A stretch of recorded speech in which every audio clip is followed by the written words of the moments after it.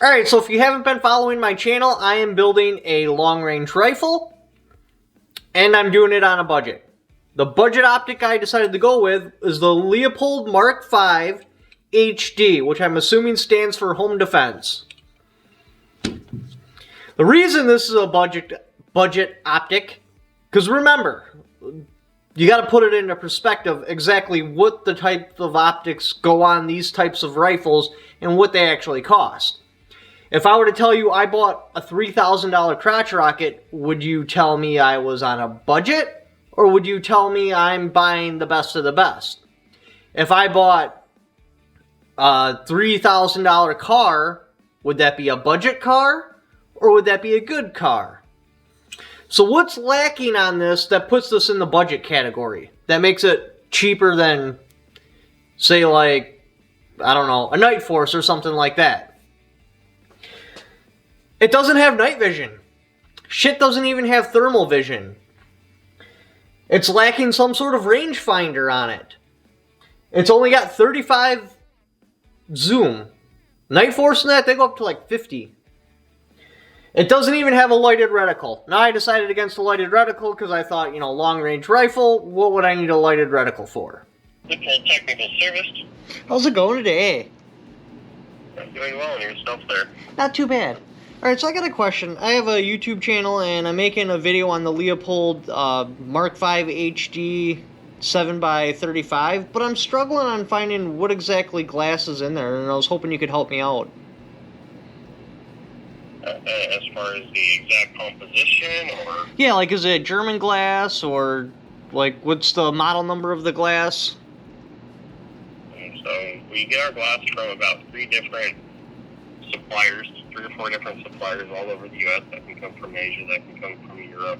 Just depends on who has our prescription. No particular scope model gets a particular glass of any one country of origin. Okay. Do you know? You don't know if like it could be German glass or it could be some other brand, or like is there like? I'm still pretty new to scopes, so you got to school me on this. Right. It's all going to come from one of our suppliers, goes through our optics lab, gets approved, and then it goes basically in line to be assembled into a scope. So, you know, there could be a piece of German glass right next to a piece of Asian glass, side by side in the same tray. And I gotcha. There very well is probably going to be a mixed match of the glass in the scope. So what does that little conversation mean? You have a 1 in 3 chance of getting premium German shot glass in here, which means you probably don't have premium German shot glass in here. The name alone is what's highly desired. Yes, it's quality glass, and other places make quality glass, but it's like the difference between Nike or Air Jordans. Both made by the same company, but everybody wants it to say Air Jordan because it's almost like a status symbol. Am I saying that if this don't have German shot glass that it's inferior? No. But I still want it. And that's why I pay a lot extra for, that's why a lot of people pay extra for different scopes, is to get a guarantee where their glass is made. Because of the reputation that particular place has for making glass. And when I retrieved this out of the snowbank, the glass did fog up when it came into the warm environment. And no, I don't have some sort of learning disability. I already knew that was going to happen. It's just a lot of people get confused when it says right here, fog proof. They think the lenses won't fog. What that means is the inside of the lenses won't fog. Because if the inside of the lenses won't fog up, the scope is garbage. So remember, fog proof does not mean your scope isn't going to fog up. What it means is the inside of the scope isn't going to fog up. Now I just wanted to put that point down there. So let's talk about this. What's nice about this? What attracted me to this particular budget scope? Well, the first thing is it's a 7x35. That's not bad. Normally with a budget scopes around this dollar amount, they're like 25 zoom. 35, you're getting into spotting scope territory. So that's pretty cool. It allows you to help find your target in the first place. So is that green or is that slightly more green? Basically, I can identify targets a little bit better with a little bit better zoom and clear glass. Therefore, hopefully I can find my targets easier and go from there. Next, this was the scope the Army chose for their new sniper rifle system. Now, the Marines went with something different, but because the Army chose this, now the Army went with an FDE color. This isn't FDE, but it's still the same thing. Mine, I went a little bit different. I went MOA because this is America, and that makes sense. However, I couldn't get the exact reticle they went with. I went with this reticle right here, because that's what they had in MOA. Now, by the time this video drops, or whenever you see this video, they may have the actual Army reticle, which is this one right here. But at the time, they did not have that reticle in MOA. So I chose that particular reticle. It was out of the options that they had, the one I liked the best. Now, this is a first focal plane scope, so that's pretty awesome. Now, with first focal plane, I learned on the Shredder project, because that's got a max zoom of 10, and that's first focal plane. Yes, it works great for what I got it for. The idea is if I miss, because that's a semi-automatic rifle, hopefully, best case scenario, I see the splash, or my spotter calls the splash, tells me how far it is over, so I go to the grid, I bring it up, and I make a follow-up shot. What I didn't realize with that lower magnification on a first focal plane scope is it's kind of hard to range targets. I can do it, I practice it a bunch, but what that means is you put your reticle on a target, and you're like, okay, it's 3 mils, and I know that target is this big in size, you can figure out how far away it is. In the future, if I do a project, now that I got something with a bunch of zoom, I found 15 is the minimum for maximum zoom if I want to go with the first focal plane reticle, because that's the very bottom of the zoom where I'm zoomed in on the reticle enough to where I can clearly read it. Now with this, yeah, you can read it really nicely, and I can read the scope on the Shredder if lighting conditions are good. If I'm in the sun and I'm looking at something in the shade, it's really hard to read that reticle. Here, I'll post pictures right here. Now, these are actual pictures out of the scope. I just put a white piece of paper in front of it, zoomed it all the way in, and took pictures of the reticle. Notice how much easier it is to read the reticle on a higher magnification. Now, you're probably like, but as the magnification goes up, your reticle gets bigger, and you're not going to be able to shoot your target because the reticle is going to cover up the target. That's why I like second focal plane. Leopold dealt with this problem. As you notice in the center of the reticle, there's nothing there. So yeah, it's like a peep sight or a ghost ring where you have to imagine the reticle, but I think it gets you close enough to where you can make fine shots. Next thing, 35mm tube. That's huge. It gives you a whole bunch of adjustment though.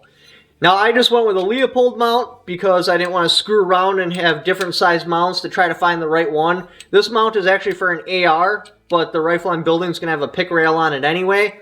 This particular mount gives me 20 MOA. Plus my rail gives me 20 MOA, so I'm adding an additional 40 to it. I don't want to screw around with the height. I knew I wanted to get it right the first time, so I just went with this mount. So there's probably better, lighter ones out there, but I chose to go with this one. Eye relief. 3.6 inches, which is enough so if your rifle kicks like a drunk chick trying to get her panties off, it won't bust you in the eye, which is really good. Gotta have that eye relief on those Magnum calibers. I learned that actually with the SCAR. I was trying to run an EOTech magnifier, which has got 1.5 inches, and even with the SCAR, which is a pretty tame recoil, it will come back and bust me in the eye. Not cool at all. So this has got 3.6 inches. That should be sufficient.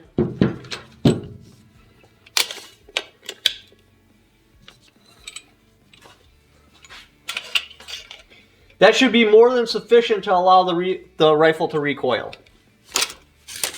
When you purchase it, you get a semi-decent box, the foam that protects it, instructions, an Allen wrench to set your zero stop. It comes with a sun shade, which I have decided to install, and it comes with caps, which is pretty cool.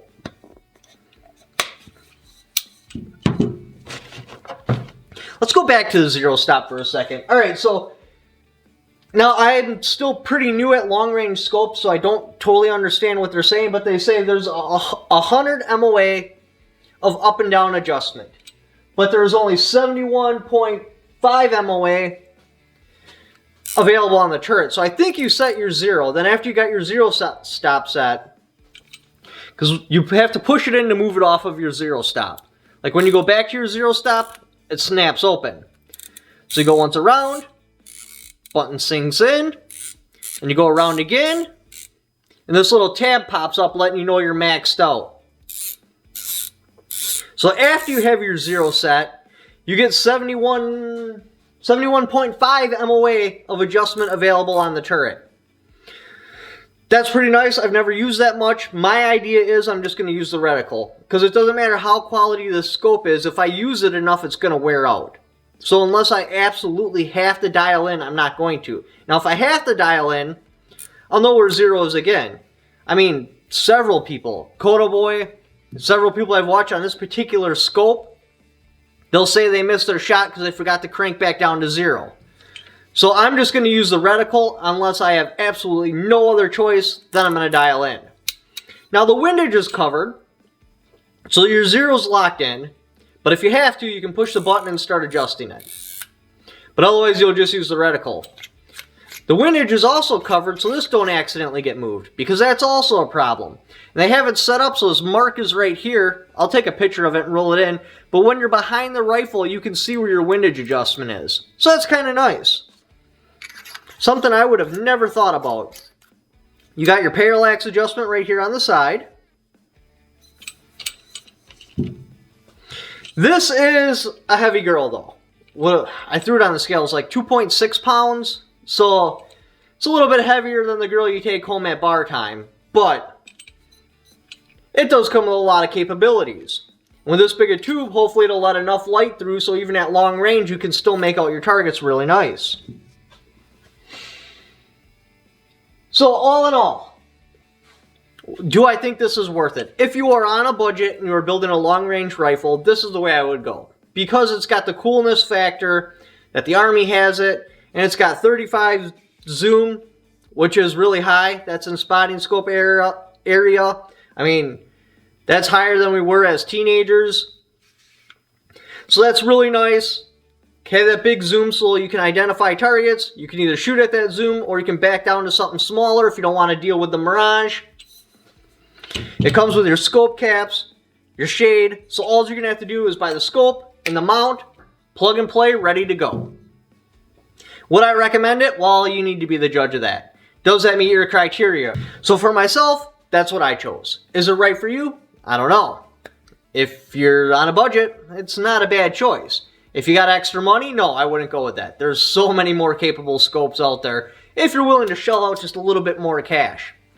But anyway, I apologize, this video is kind of just my first impressions video. Because this video is going to have to be reshot anyway, I just thought I'd do a first impressions video. Follow-up video on this after I've used it a bit and tell you what I think about it then. Until then, I hope to see you again. If you'd like to help support the channel, got my Patreon right there. I also have affiliate links in the description down. Just by clicking on those links, even if you don't buy what the link is actually for, I have a little kickback for it because you came there off my channel. Thank you for watching. Don't forget to subscribe.